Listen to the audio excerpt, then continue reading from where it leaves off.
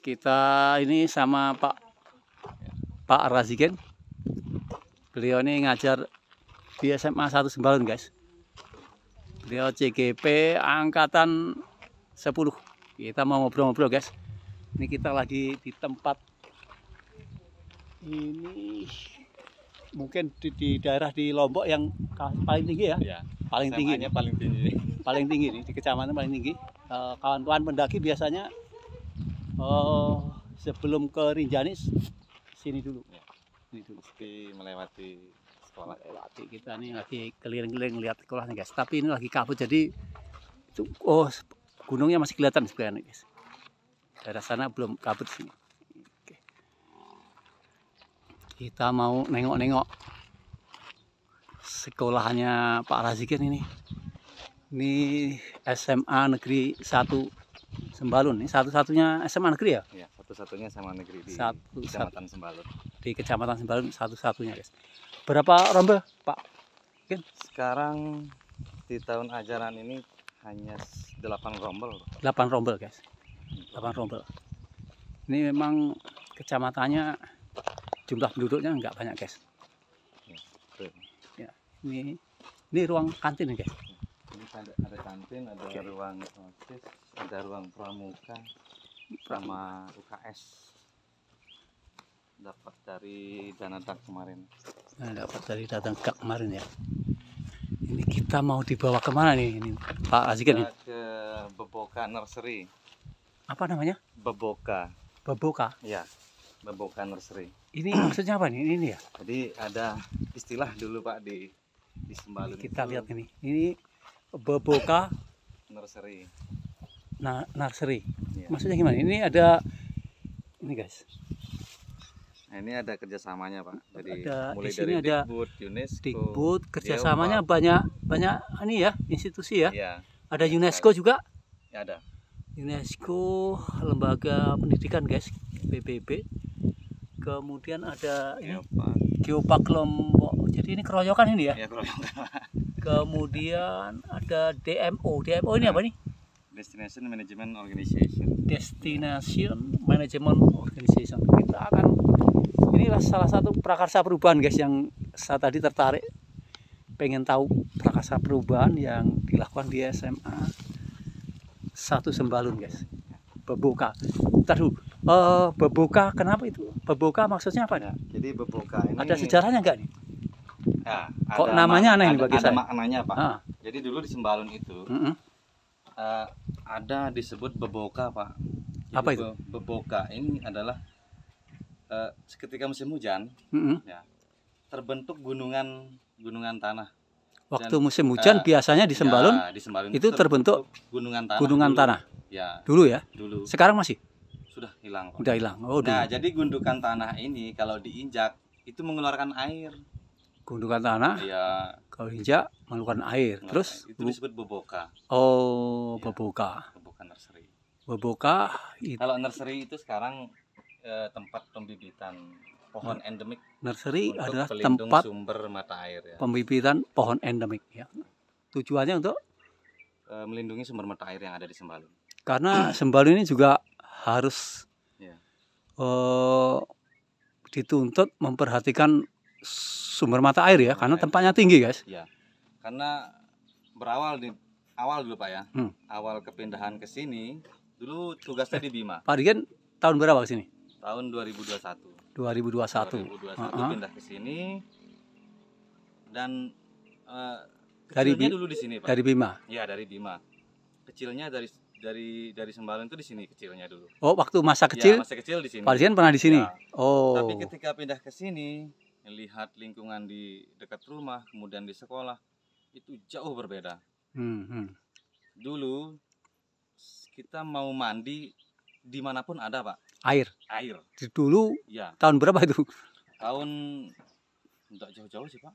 Tahun 90-an lah ya. Ya, 90-an, 97, 9 sampai 2000 itu mata air masih. Mata airnya banyak sekali. Mandi sewaktu-waktu is oke. Iya. Terus dulu di tahun itu antara sampai tahun sebelum gempa Pak, tahun 2018 itu tercatat ada 150-an sumber mata air Oh, permukaan. sebelum gempa ada Iya, gempa itu tahun 2008 18. ada 150 Iya, mata air ya 150 yang tercatat. tercatat. Belum Dan yang nggak tercatat ya. iya, dan sekarang itu hanya tersisa 20 sumber Wih. mata Berarti lebih dari 80% hilang ya. hilang. Wih. Mulai dari pembabatan hutan, pembukaan lahan pertanian, Bahaya juga guys ditambah ya. lagi gempa. Nah, pindah ke sini, saya lihat miris sekali sekolah kita di musim hujan. Hmm. Rumput yang segini hijau nanti Pak di musim 8 itu mati semua. Rumput yang hijau itu kalau pas musim kemarau Iya, mati semua. coklat ya. Coklat. Nanti ketemu dah nih, ada pondasi batu di bawah. Batu. Kelihatan ya. Baru kelihatan waktu kemarau. Itu mungkin sekarang masih lah. Karena memang ada selah hujan di Sembalun ya. Iya. Nah, saya mengajak dulu anak-anak itu sebelum kita mulai ini, mengajak mereka ke sekolah itu bawa bibit pohon ke sekolah. Jadi latar belakang prakarsanya ini karena kekhawatiran terhadap kekeringan yang melanda Sembalun. Kekeringan melanda lah. Pokoknya ke mata air yang berkurang gitu ya. Betul. Terus di sekolah itu tandus tidak ada pohon. Wah, dulu tandus. Iya. Sekarang mulai bertumbuh. Mulai hijau ya. Mulai hijau. Mulai anak-anak kita suruh bawa bibit berbuah sampai dengan tanaman keras, Pak. Ini Seperti bibitnya juga, Pak. apa aja nih? Ini endemik. Ini ada ara, Pak. Ara ya. Ara. Kemudian ada beringin. Kalau di Sembalun disebutnya bantek, Pak. Bantek ya. Kembali ke Boboka tadi ya. Ya. Kemudian inisiatif itu. Kemudian bagaimana mengkomunikasikannya pertama dengan sekolah? Setelah itu tidak lama nih Pak, selang 6 bulan hampir setahun lah, ketemu dengan Mbak Lia. Mbak Lia ya. Adalah, aku jadi pengen ketemu Mbak Lia nih, sering disebut Mbak Lia nih. Salam Mbak Lia. Ini adalah prakarsanya ini Sembalun Nina namanya Pak. Jadi Sembalun Nina. Sembalun Nina itu berkegiatan di pariwisata. Sembalun Nina itu adalah organisasi yang berkegiatan di pariwisata. Ya, pariwisata mulai dari produksi tenun batik yang menggunakan pewarna natural, Pak. Pewarna natural, kemudian batik dengan pewarna natural. Pengolahan sampah di Sembalun. Pengolahan sampah. Terus kemudian ini juga untuk biosfer Sembalun. Istilahnya penggunaan pupuk sintetis, ada pengolahannya di sana. Bagaimana menetralisir efek dari pupuk sintetis, pupuk kimia gitu ya. Mbak Lia juga ya. Lia juga. Itu organisasinya namanya Sembalun Nina. Sembalun Nina. Nah, tapi kalau setelah bergabung dengan SMA itu kita buat lagi kepengurusan baru yang namanya. Nah, bentar, aku break dulu, nanya dulu. Ini namanya aneh, Sembalun Nina. Nina itu kan kalau bahasa Sasak artinya cewek, perempuan. Komunitasnya cewek semua, Pak. Oh, jadi Mbak Lia ini anggotanya perempuan semua, guys. Semua. Waduh, banyak. Mulai dari yang pengolahan bahkan kohe tai sapi, Pak, kohe sapi itu yang kerjakan cewek-cewek. Kayaknya nanti kita akan cari. Oke, ya. Terus berikutnya tadi gimana seterusnya tadi? Setelah ketemu Mbak Nina, ketemu dengan Mbak Lia, akhirnya timbullah apa istilahnya ya, ide baru. Jadi untuk menjalin kerjasama dengan berbagai instansi. Kalau dari sekolah komunikasinya lancar ya waktu pertama lancar. Jadi Pak Kepala Sekolah sudah oke langsung. Untung lah, gampang mengkomunikasikan ya. Karena Pak Kepala juga mendukung karena sebagai wadah kegiatan SMA dan juga sesuai dengan visi misi SMA. Betul. Memang ini kemampuan mengkomunikasikan itu penting guys, karena kadang-kadang kawan-kawan itu punya prakarsa gagal mengkomunikasikan, nggak jalan juga. Dan ini kebetulan kalau Pak Razikin lancar-lancar dari dalam. Kemudian terus Mbak Nina tadi? Iya, Mbak Nina ini berkolaborasi dengan kita karena satu misi, satu bentuk kolaborasinya? Ya, bentuk kolaborasinya ya ini, membuat sebuah rumah pembibitan untuk pohon endemik Ya, rumah pembibitan untuk pohon pohon endemik penahan air. ini ya. Ya, Ini kemudian kita kasih nama apa tadi? Beboka, Beboka. nursery. Ya, Beboka. Beboka Pokoknya nursery. pakai nama-nama yang khas endemik juga namanya, guys. Betul. Aku baru denger ini. Jadi silsilah Beboka itu ya dari tadi Hmm. ada gundukan tanah, tapi ya kalau diinjak itu Keluar air. Ya, itu Saking saking banyaknya air di Sembalun. saking banyaknya air, dan itu sekarang tinggal cerita saja sementara. Moga-moga nanti kalau ini pohon endemiknya udah banyak, bisa jadi Beboka muncul lagi nih. Mudah-mudahan. Amin. Ini ada berapa spesies? Ini dari anak-anak, kemudian dari pembibitan juga. Iya. Jadi mulai dari pencarian bibit, Mm-mm. perawatan di sekolah sampai dengan penanaman di lahan sumber mata air. Ini menurut saya ini berat banget ya, mulai dari nyari bibit, Iya. Jadi semuanya berat ini, kita bisa jalan ini. Ini sudah berapa lama ini, Pak? Ini sudah 3 tahun, 2 tahun jalan, 2 tahun. Berarti udah teruji, guys. Ini merawatnya aja aku nggak kebayang ini, karena aku melihat beberapa tempat di sekolah itu kebun biologinya itu agak kurang ini, betul nggak? Betul, Pak. Ya, tapi ini jalan, guys. Ini bagaimana tipsnya supaya terawatnya sampai 3 tahun gini, guys? Baik. Jadi kita datangkan ada dari KLH, Pak. Apa itu? Oh, Ke Kementerian Lingkungan Hidup. Lingkungan Hidup. Mm-mm. KLH provinsi. Nanti mereka yang ajarkan anak-anak di sekolah. Oh, Itu bentuk kerjasamanya. oh, berarti Jadi banyak kata sekali, kuncinya ini banyak sektor terlibat Iya. gitu ya. Dari Dikbud, kemudian dari Geopark, kemudian dari TNGR, terus KLH, KPH. TNGR itu Taman Nasional Gunung Rinjani, guys. Ya. TNGR. Jadi semuanya sampai dengan KLH provinsi.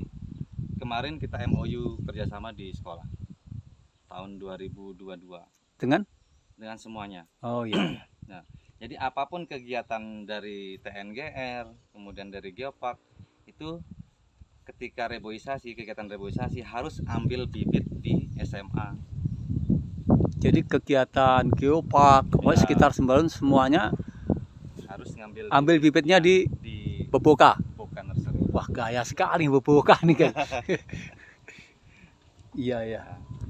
Tapi kesulitan kita, Pak, untuk Tantangannya ya, tantangannya nih untuk menanami sumber mata air di Sembalun itu, pertama sumber mata airnya berada di lokasi tanah milik perorangan. Nah, jadi ketika kita tanam pohon pelindung air di sana, itu dijamin pasti mati. Pohon arat, pohon ara, beringin dan yang lain itu pasti mati. Tantangannya mati ya. Ya, karena dibersihkan sama pemilik lahan, Pak. Takut Ya, takut karena memang kan ada nanti mengurangi ya, pertanian ya. mengurangi hasil pertanian mereka. Iya. Kemudian apa istilahnya ya? Pemikiran orang dulu kan, Pak. Kalau ada pohon beringin itu katanya banyak setan, banyak jin, banyak apalah gitu. Iya, iya, Nah, dulu. itu sebabnya Mempengaruhi mereka juga. bersihkan lahan mereka. Tapi dengan menyiasati itu kita juga membibitkan pohon berbuah, Pak. Jadi si untuk pemilik lahan mengatasi tantangan itu ya, supaya nggak yang tidak dibabat. dibabat. Terus Itu solusinya solusinya kita kasih tanaman berbuah. Misalnya mana ini ada? Kopi, ada Oh, kopi. nangka, Mana kopi? ada apukat. Ini kopi. nangka, guys. Ini kopi, guys. Kopi. Itu kopi. Oh, Itu tapi kopi. wah, ini kalau dikasih kopi ya seneng aja, guys, biar sebanyak-banyaknya, mana mungkin dibabat. Oh iya, ini Apalagi sekarang mahal-mahalnya kopi. Ya. apalagi kopi Sembalun ini juga lagi keren-kerennya, guys. Ada apukat, Alpukat. Oh. ada duren. Jadi untuk mengatasi tantangan supaya tidak dibabat, Ya. kasih pohon buah. Masuk akal, masuk, guys. Dan kemudian kita juga melibatkan desa juga di sini, Pak. Jadi desa itu di setiap desa itu ada pekasih namanya. Ya. Pekasih. Ini, guys, ini istilah lagi khusus, guys. Pekasih ini kayaknya istilah untuk Lombok juga nih. Gimana pekasih ini gimana? Apa definisinya? Pekasih itu adalah orang yang mengatur air pertanian, irigasi pertanian. Jadi orang yang diberi kewenangan mengatur irigasi Pertanian. di sebuah pertanian, di sebuah wilayah atau desa atau kampung di Lombok itu disebut Bekasi. Pekasih, guys. Nah, kenapa kita libatkan mereka? Karena sekarang mereka tidak punya job. Kenapa nggak punya job? Karena air sudah tidak ada, Oh Pak. iya, Usaha Pekasihnya irigasi mati, Pak. nggak ada yang diatur lagi airnya. Ya. Karena di Sembalun itu titik bor, Pak, hampir mencapai 2000 titik bor di Sembalun 2000 sampai saat ini. meter. 2000 titik bor. Jadi Oh, banyak 2000 lokasi yang dibor itu. titik Ya.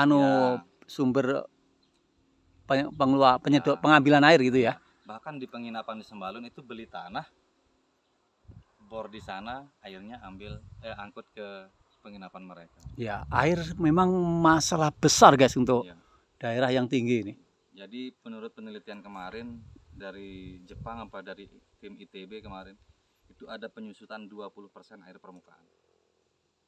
Jadi 20% masuk lagi ke dalam. Karena Karena terlalu bor. banyak diambil ya. Ya, bor dan gempa. Bor dan gempa. Ya, gempa itu memang kemarin tuh beberapa mata air yang saya lihat hilang ya. Nggak keluar begitu gempa selesai. Nggak tahu sebabnya ini secara geologi. Nah, akhirnya ya ini Bekasi ini kita berikan insentifnya dari hasil penjualan. Oh, dari hasil penjualan, Ya, hasil dari insentifnya. Kalau biasanya apa itu kalau mau nanam tuh bibitnya berapa nih kalau kopi gitu? Kalau yang untuk pemilik lahan ya Pak ya, untuk pemilik lahan itu 1:10. Jadi kalau misalkan kita nanamnya 1 pohon pelindung sumber mata air di sana, berarti kita kasih 10 pohon berbuah. Oh, malah dikasih. Iya. Terus kita dapat dananya malah Dananya ngasih. Dari kegiatan reboisasi di sini. Kita ada program Pak, namanya program pohon adopsi. Wah, ini istilah-istilah baru ada saja nih Pak Agi nih. Kan adopsi itu namanya pohon biasanya adopsi. manusia, ini pohon diadopsi. Gimana? Pohon adopsi. Nah, jadi kita share di sosmed yang khusus ini untuk pecinta lingkungan. Jadi banyak sekali Pak. Ketika kita share pohon adopsi ini ternyata banyak yang tertarik Pak.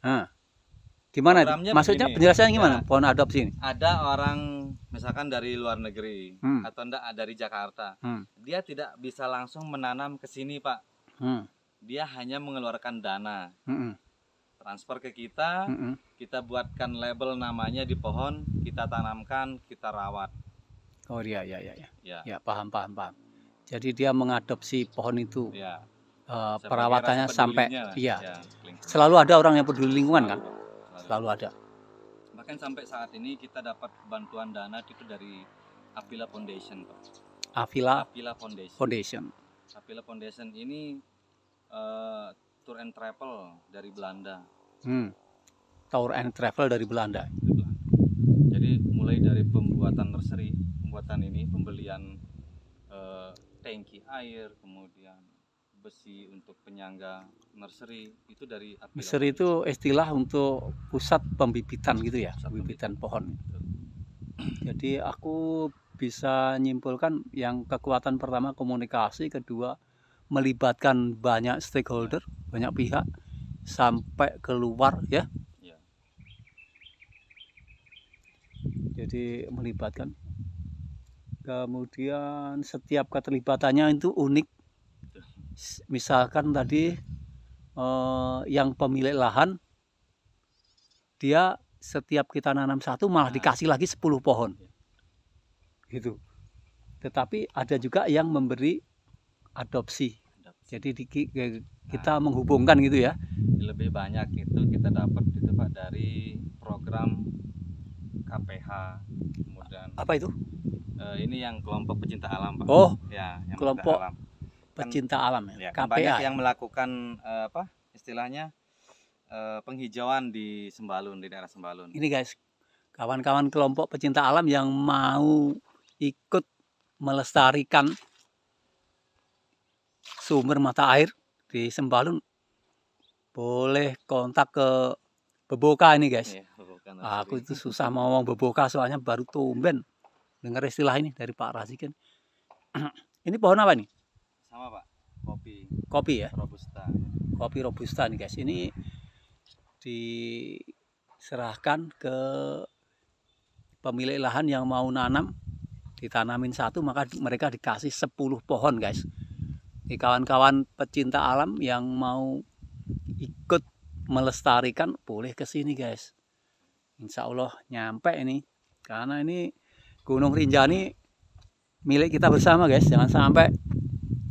Nah setelah itu Pak, setelah berbuka jalan, Udah 3 tahun nih teruji ya, nih. udah 3 tahun. Nah kita buat sekolah, apa istilahnya? Ada apa istilahnya kemarin? Saya Ini lupa. Prakarsa Ada educamp di sekolah. Educamp, Iya educamp. camp untuk edukasi. Ya edukasi, camping edukasi. Oh, Jadi- itu bentuknya kayak apa ini? Ini Ya, menarik lagi nih. Camping edukasi ini kayak apa nih? Kalau kita pengen ikut educamp kayak apa nih? Kemarin kan hampir kita mau promosi ke sekolah-sekolah Pak. Hmm. Tapi kita terbatas waktu kemarin Pak. Waktu kemudian kita hanya ikut up-nya di sosmed saja. Hmm. Jadi yang berhasil terjaring kemarin ada teman-teman dari PCMI. Apa itu PCMI? PCMI itu mahasiswa pertukaran tuh Pak, pertukaran luar negeri. Oh, mahasiswa pertukaran pelajar luar negeri Ya. PCMI, itu. Ya, PCMI mereka berapa orang yang kemarin? 20 orang ya ke sini. Hmm. Mereka Dari mana itu? Itu ada yang dari semuanya dari Lombok Pak. Oh, Tapi ada yang di Mataram, ada yang di Lombok Tengah. kawan-kawan Lombok yang Ya. pertukaran ke luar negeri mahasiswanya. Hmm. Oke. Jadi melihat sosial media kami di Mm-mm. Sosmed? di sosmed, mereka tertarik. Mereka ingin ikut educamp di sekolah. Nah, mereka diberikan paket istilahnya Pak. Gimana paketnya? Salah satu contoh paketnya. Ini menarik. Paketnya itu menginap di sekolah, kemudian edukasinya itu mulai dari cara membubuhi media tanam. Media tanam, campuran tanahnya seberapa. Oh, cara membuat media tanam lah. Media tanamnya. Kemudian edukasi tentang pohon yang cocok untuk pelindung air. Nah, setelah dari Jadi sekolah, di camp itu ada kegiatan edukasi lingkungan itu ya? Ya. Terus kita ajak jalan-jalan ke proyek sekolah untuk penanaman sumber mata air, untuk rehabilitasi sumber mata air. Kita bisa melihat pohon yang sudah Ya, ditanam. yang Jangan-jangan ditanam. cerita doang ini Pak Aiken. Jadi diajak ke tempatnya pohon itu ya. Betul. Pohon jadi saksi guys. Betul. Oh, saya Jadi belum mereka lihat guys. melihat di sana banyak nama-nama nih. Pohonnya kok punya nama, dia bilang, dia tertarik. Akhirnya Tahu-taunya mereka donasi lagi. iya, Ya, pohon donasi adaptasi. lagi. Ini akal-akalnya Pak Resiken gitu Ya. guys. Karena dikemas Pak. Iya. Ketika dikemas, jadi pohonnya yang arah, yang beringin itu kalau ditanam 2 tahun udah yang 50 cm ya. Kita tanam tinggi 50 cm, yang 2 tahun itu hampir 2 meter ya tingginya Pak. Senang sekali kalau udah ngeliat gitu ya. Senang sekali. Jadi selalu ada tim redaksi untuk pelaporan ke donatur tentang perkembangan pohon mereka. Oke. Gitu. Kayaknya itu dulu guys, kayaknya kan panjang nih. Besok kita akan lanjutkan lagi guys. Banyak banget yang harus kita explore ini di Sembalun ini guys, sama Pak Asiken guys. Pahami dulu, nanti kita akan kayaknya pengen khusus bicara educampnya. Makasih Pak Aiken. Kita kembali nih. Guys. Prakarsa perubahannya Pak Asiken ini keren ini guys. Kita kembali dulu guys.